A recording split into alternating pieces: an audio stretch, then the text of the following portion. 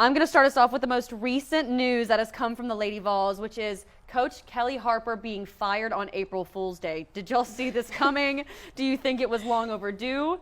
And do you see any possible replacements? That is exactly the direction I was going. First, with the high caliber, we haven't had a Final Four appearance since 2008. Yeah. So it's been a long time, and I know in this climate of women's basketball, it's tough. But we've had stars. We literally had Jordan Horston and Rakia Jackson last year, heartbreaker Sweet 16. And this year, we had no better luck in tournament play. SEC. We were up by 2 points with 1.1 seconds left. How? No one covers the three. It was our first career three. A 6'7" girl. And first we stood there. We stood and there. Watched. And that just, I don't know if it was negligence on Kellie Harper's part about not pushing to the last second, but you simply cannot let that happen. And then NC State, we were trailing. We caught up 3 minutes left, down by 2, and you blow it.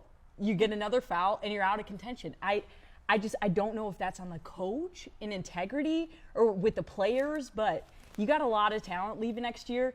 And speaking of people replacements, it's not going to happen. I wish. Candace Parker, she also had something to say. She's like, how do you not guard a 3? And that's the energy we need on our coaching staff. So Candace Parker, I know you make a bag in broadcast, but we need you, girl.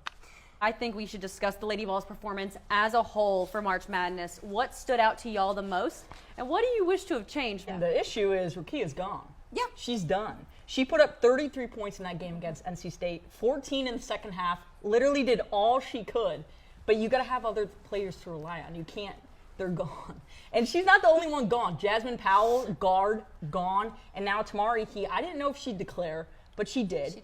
She did. So I don't know how you level up after this season. We have NC State versus South Carolina, and then we have Iowa versus UConn.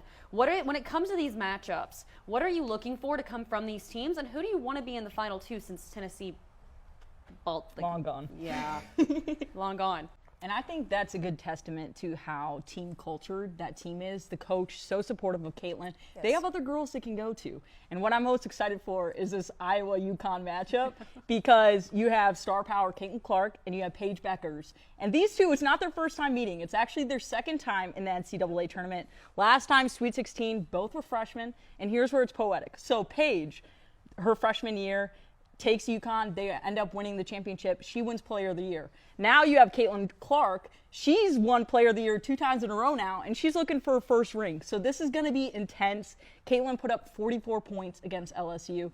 But Paige is also averaging 28 points and 8 rebounds every game. So this is star-studded.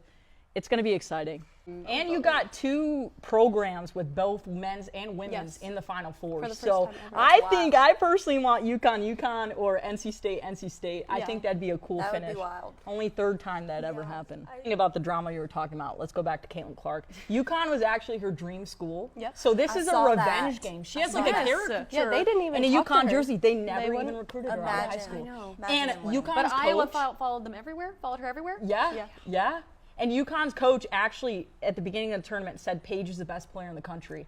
Once they saw Iowa's matchup for the Final Four, he retracted that and said, yeah, Paige isn't the best. I don't know why I said that. Forget that. Yeah, Caitlin's the best player in history. And give your girl credit, but don't just your own while you're doing that. That is unbelievable. He's worried for what's coming. Yeah, Caitlin's intimidating everyone, especially Kim Mulkey.